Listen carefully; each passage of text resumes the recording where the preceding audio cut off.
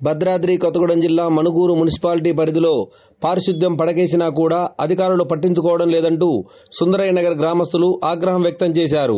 శనివారం మణుగూరు మండలం సుందరయ్య నగర్ గ్రామంలో పలువురు గ్రామస్తులు మాట్లాడుతూ చెత్త పేరుకుపోయి వర్షం వచ్చిన వల్ల తీవ్ర ఇబ్బందులు పడుతున్నామని, ఆ చెత్తంతా ఇళ్లలోకి వచ్చి ఇబ్బందులు పడి రోగాల బారిన పడుతున్నామని గ్రామస్తులు తెలియజేశారు. అధికారులు తమ బాధలు కనిపించడం లేదని, ఇప్పటికైనా స్థానిక అధికారులు స్పందించి తమ బాధను అర్థం చేసుకుని చెత్తను తొలగించాలని కోరారు. ఇప్పుడు వారి మాటల్లో విందాం. చూసుకుంటా ఉండిపోతారు వాళ్ళు కూడా. మన చెత్త కూడా మంటలు ఇరిగిపోతే ట్రాక్టర్ వచ్చింది, ట్రాక్టర్ వేసుకొని అంటున్నారు